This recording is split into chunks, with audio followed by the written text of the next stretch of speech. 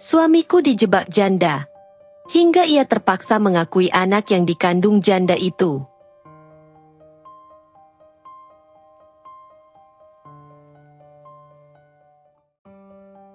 Tahun 2017 silam, ketika aku dan suamiku mengucap janji sehidup semati di hadapan Allah dan para saksi, tak pernah sedikit pun terlintas dalam pikiranku bahwa perjalanan pernikahan kami akan begitu penuh dengan ujian dan cobaan yang berat.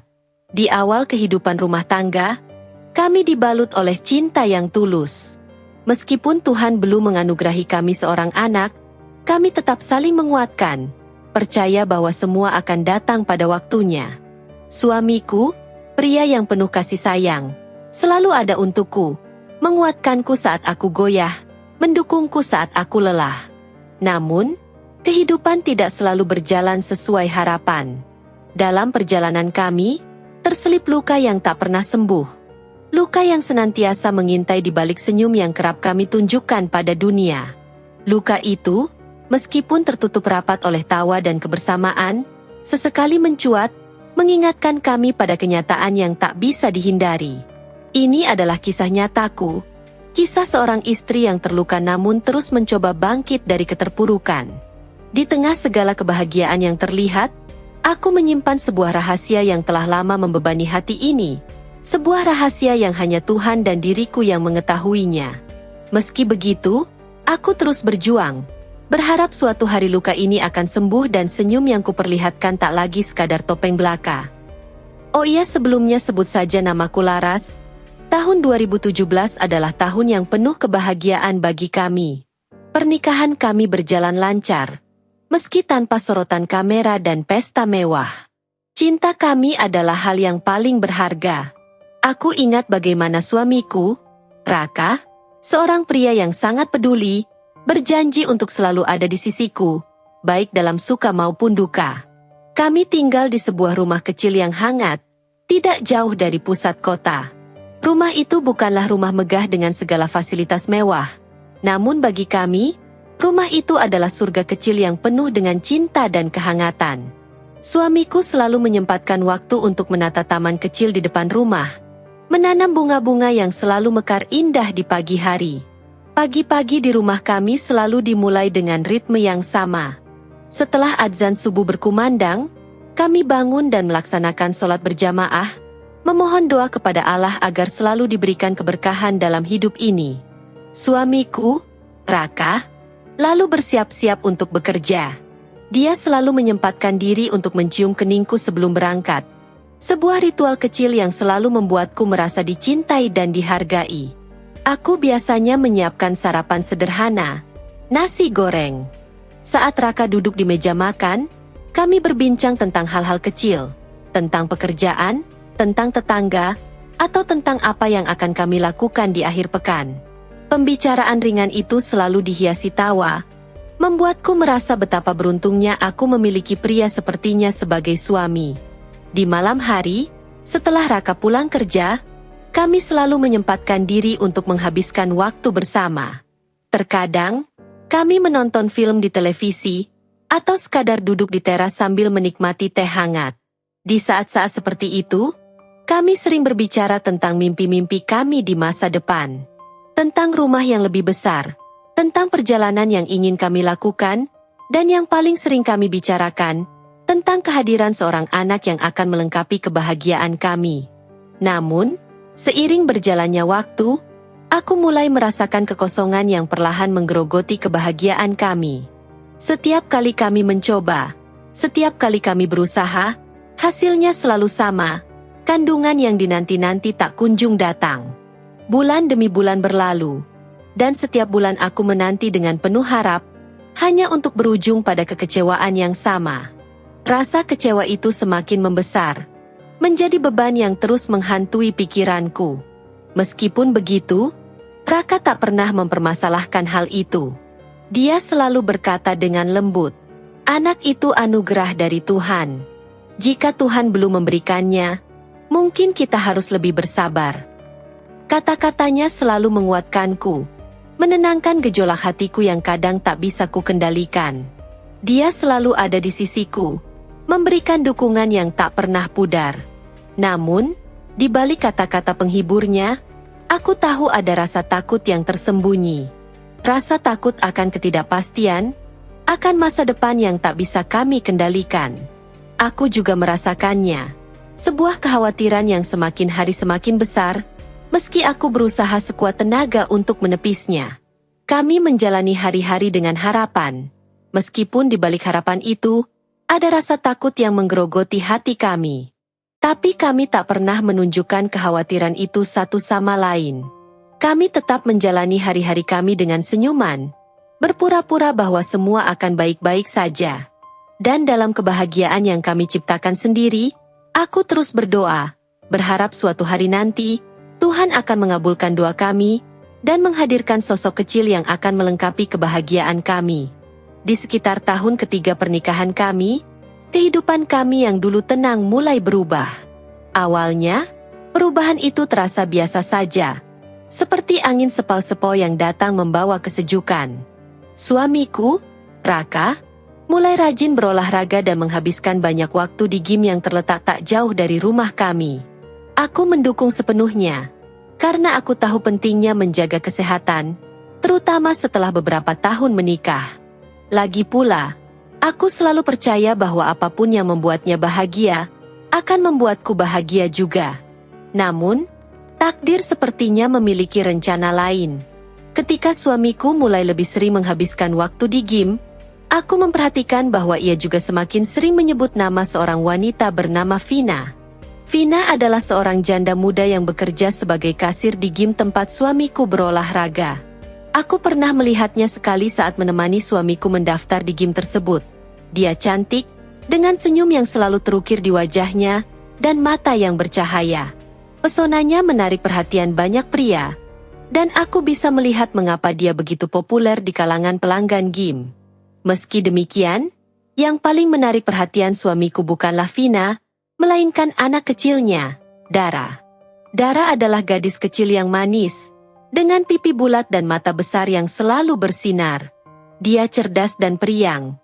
Namun di balik senyumannya yang cerah, ada kesepian yang tersembunyi. Vina, ibunya, seringkali terlalu sibuk dengan pekerjaannya dan urusan pribadi, sehingga Dara lebih sering diasuh oleh neneknya. Melihat kondisi ini, suamiku merasa iba pada Dara, dan hal itulah yang perlahan mulai meresahkan hatiku. Kecurigaanku mulai tumbuh saat suamiku sering bercerita tentang Dara. Awalnya, dia hanya menyebutkan sepintas, namun lama-kelamaan, ceritanya semakin sering muncul dalam obrolan kami. "Kasihan Dara," katanya suatu malam saat kami sedang makan malam, "anak sekecil itu harusnya mendapatkan perhatian penuh dari ibunya. Tapi Vina terlalu sibuk dengan urusannya sendiri. Dara butuh perhatian." Setiap kali Raka mengunjungi rumah temannya, Rusli, yang kebetulan dekat dengan tempat tinggal Vina, dia selalu membawa oleh-oleh untuk Dara. Mainan kecil, buku cerita, atau sekotak kue kesukaan anak-anak. Aku tahu suamiku adalah orang yang baik, perhatian, dan penuh kasih sayang. Tapi, semakin sering dia bercerita tentang Dara, semakin besar pula firasat buruk yang menggelayuti pikiranku.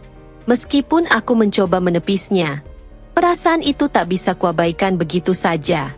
Aku mulai bertanya-tanya, apakah perasaan suamiku terhadap Dara murni hanya rasa kasihan seorang ayah yang belum memiliki anak, atau ada sesuatu yang lebih dari itu?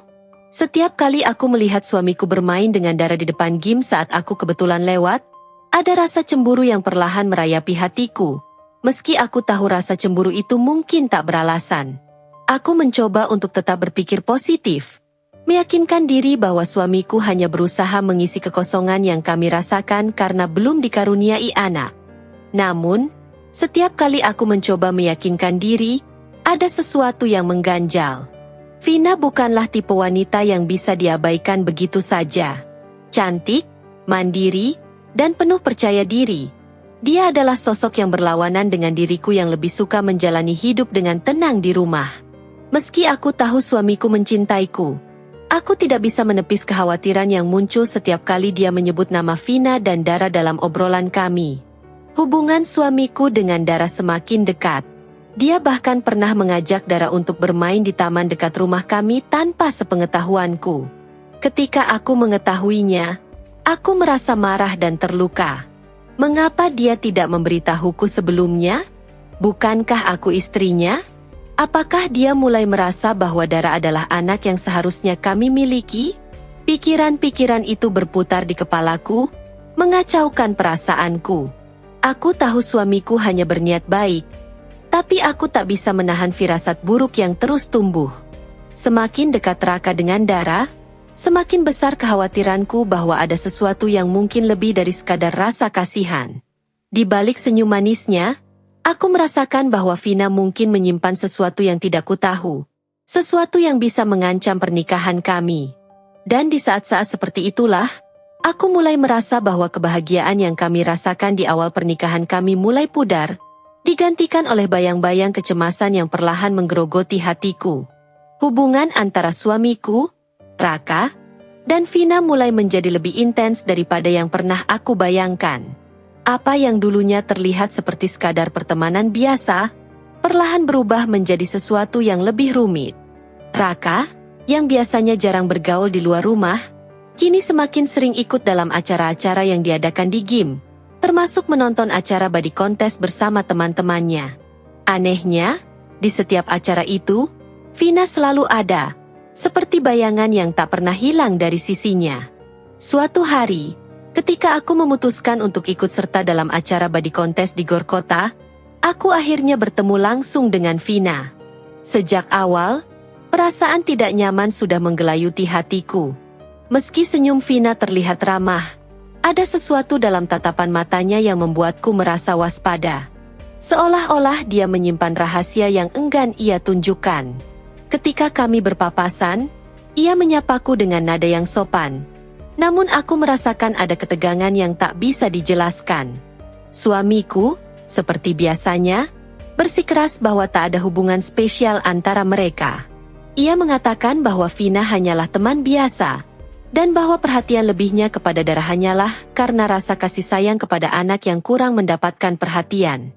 Tapi, hatiku berkata lain. Semakin sering ia berbicara tentang Vina dan Dara, semakin besar pula keraguanku. Aku merasa ada sesuatu yang tidak beres, sesuatu yang ia coba sembunyikan dariku.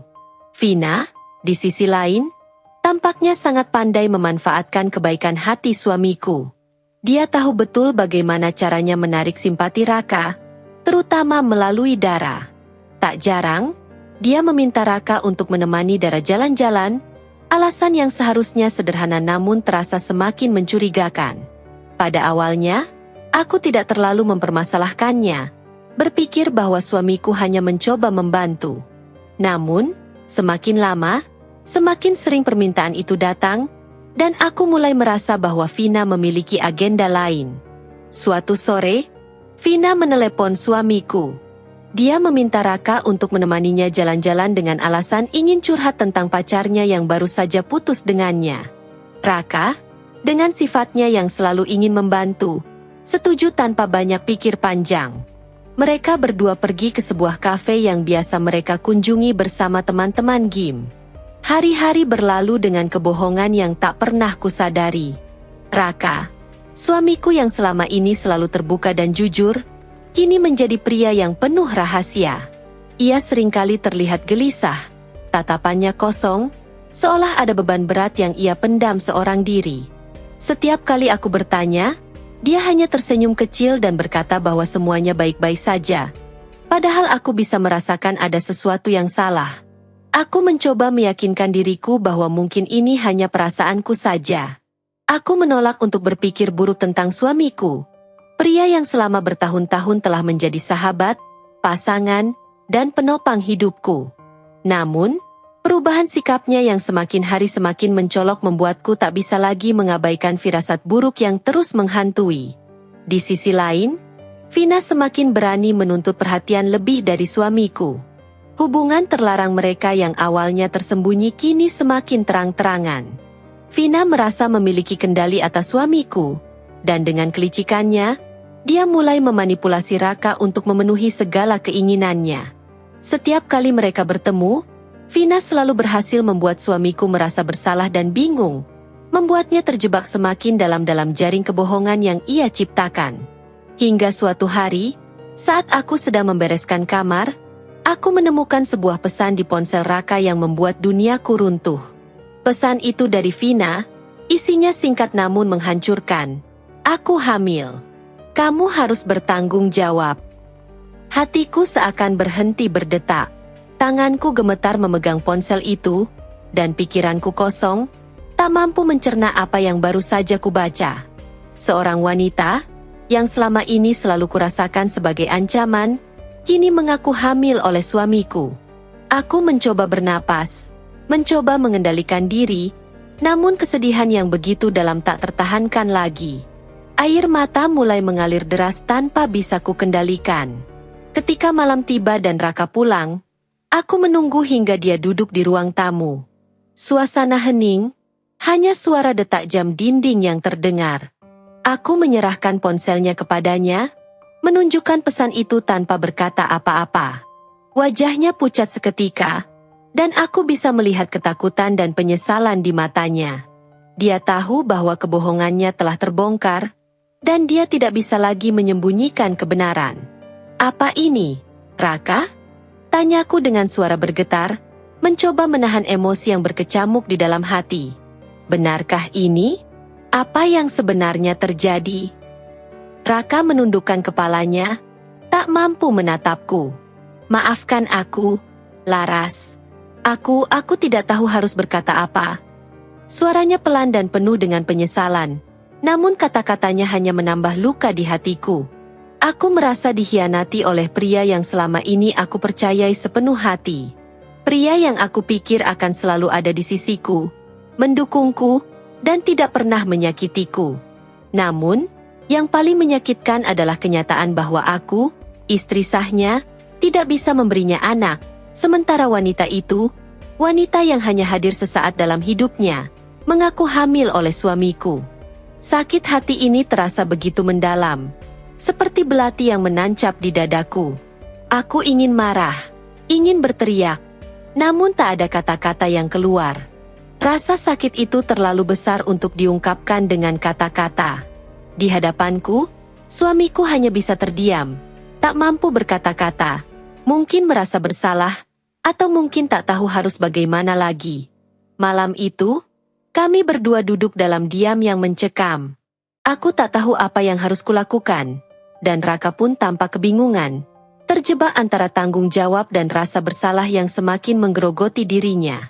Dan dalam keheningan itu, aku sadar bahwa pernikahan kami yang selama ini kubangun dengan cinta dan harapan, kini telah hancur berkeping-keping. Kebohongan dan pengkhianatan telah merusak segalanya.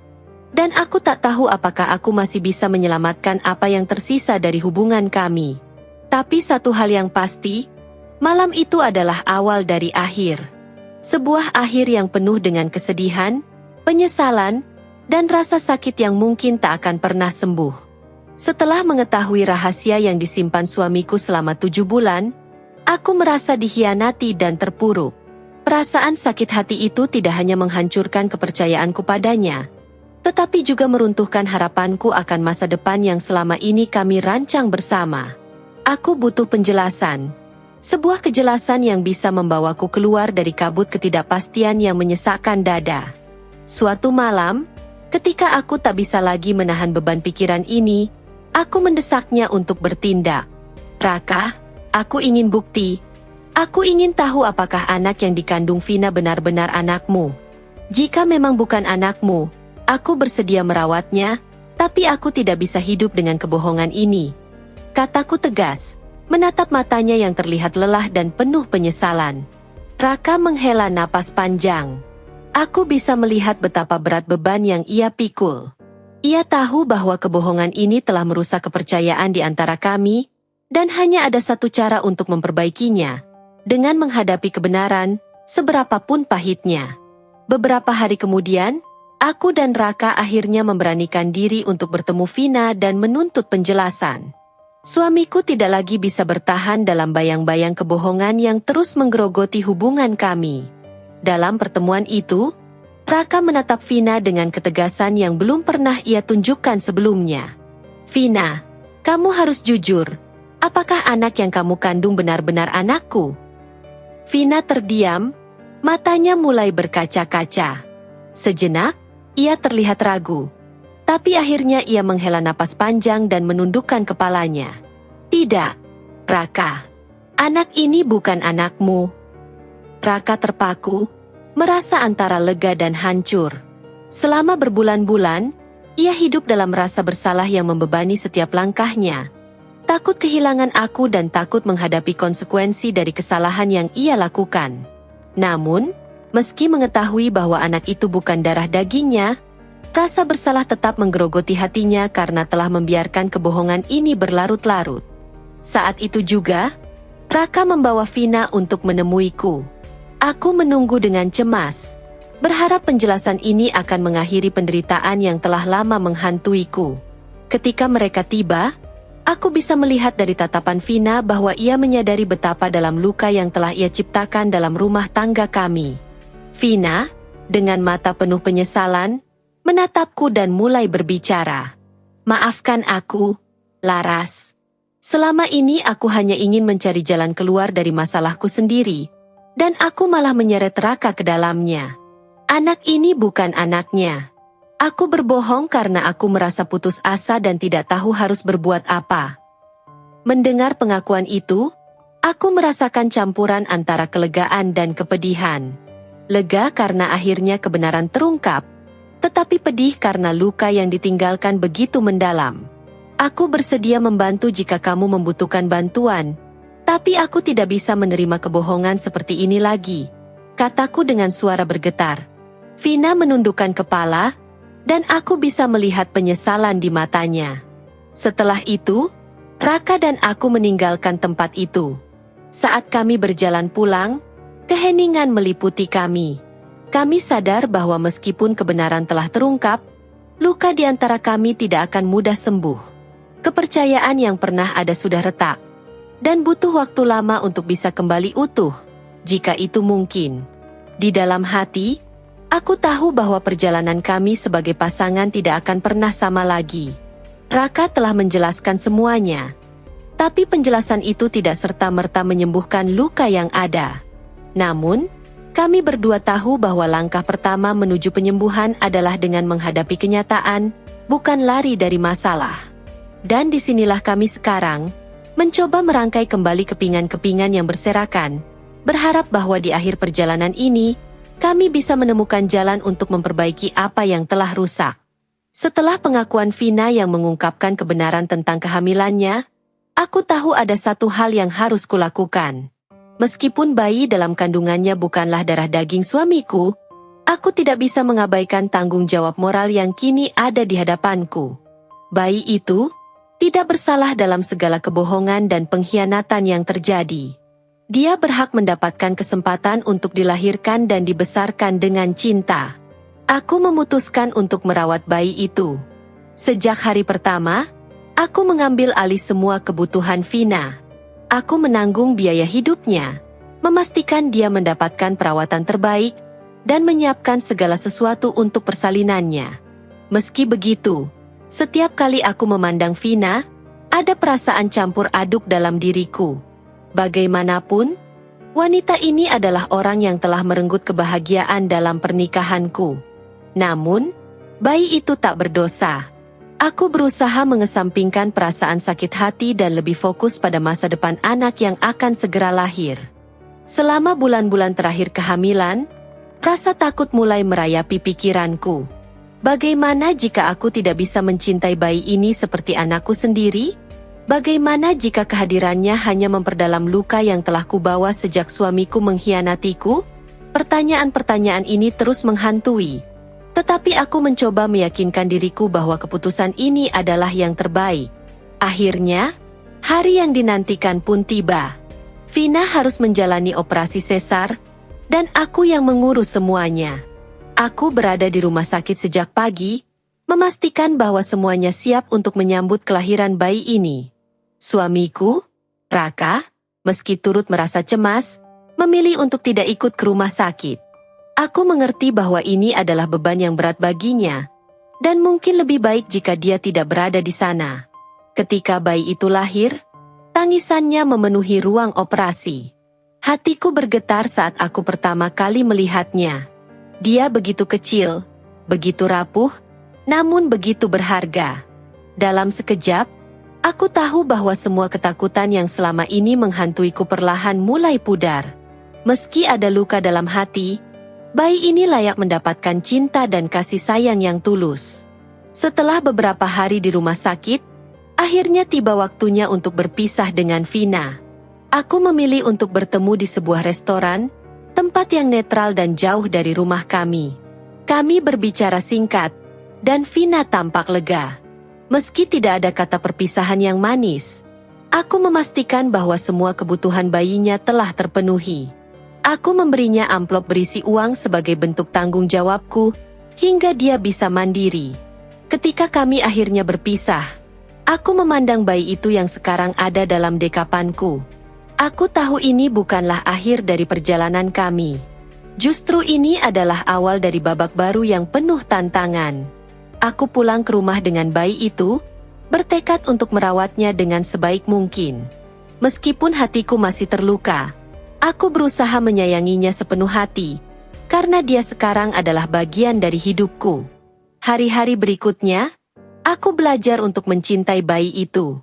Setiap kali dia tersenyum atau tertawa, ada rasa hangat yang mengalir di hatiku, seolah-olah dia sedang menyembuhkan luka yang ada. Suamiku, meskipun awalnya canggung, perlahan mulai menerima kehadiran bayi itu di rumah kami. Kami tahu bahwa perjalanan ini tidak akan mudah.